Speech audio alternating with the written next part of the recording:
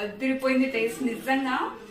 కారం కారంగా ఈ క్రిస్పీ ముక్కలు ఈ గోంగూర ఫ్లేవర్ తో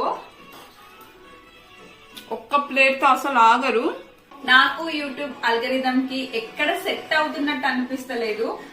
ఒక్క వీడియో కూడా వైరల్ అవుతలేదు. కానీ నేను చేస్తూనే ఉంటాను. మీరు మాత్రం సబ్స్క్రైబ్ చేస్తూనే ఉండండి, లైక్ చేస్తూనే ఉండండి. నమస్తే అందరికి. ఈ రోజు సండే స్పెషల్ ఏంటంటే గోంగూర చికెన్ ఫ్రైడ్ రైస్ చేస్తున్నాను.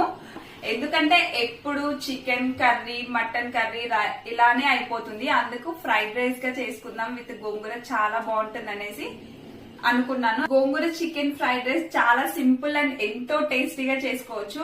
ఎప్పుడు మనం గోంగూర చికెన్ ఇలా చేసుకుంటాం కదా, ఫ్రైడ్ రైస్ చేసుకుంటే చాలా బాగుంటుంది. దాని ప్రాసెస్ అంతా నేను డీటెయిల్ గా చూపిస్తాను. మీరు తప్పకుండా ట్రై చేయండి. ఓకే, ఆలస్యం